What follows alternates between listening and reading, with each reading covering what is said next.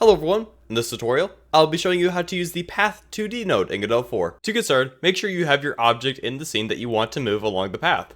Next, create a Path 2D node. To add points to the path, simply click the plus button.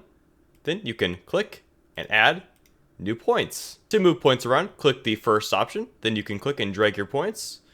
To add a Bezier curve to your points, you can click the second option, where you can then scale your Bezier curve. To remove points, simply click the fourth option with the X, then you can click to remove points. Let's say you want to have this be a loop. Well, to connect the beginning node and the end node, simply click the last option. This will connect the two. To get our sprite node to follow along the path, we will create a new node as a child of Path 2D called Path Follow 2D.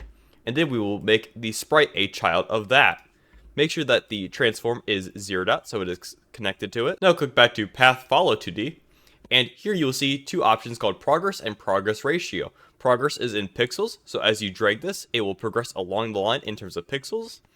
However, if you go to progress ratio, this will be a scale of 0 to 1 of the full loop. So if you go to 0.5, it will be halfway done with the loop. And at 1, it will go all the way back to the beginning. Now you may have noticed that when going around loops, it will rotate the entire sprite. If you don't want this, simply deselect rotates, and now when going around a loop, it will stay in the same rotation. Now to make this work in game, we can add a script to Path Follow 2D. Here we can create a new variable, we'll call this speed. We'll set this to 0.1 for now, get rid of our ready function.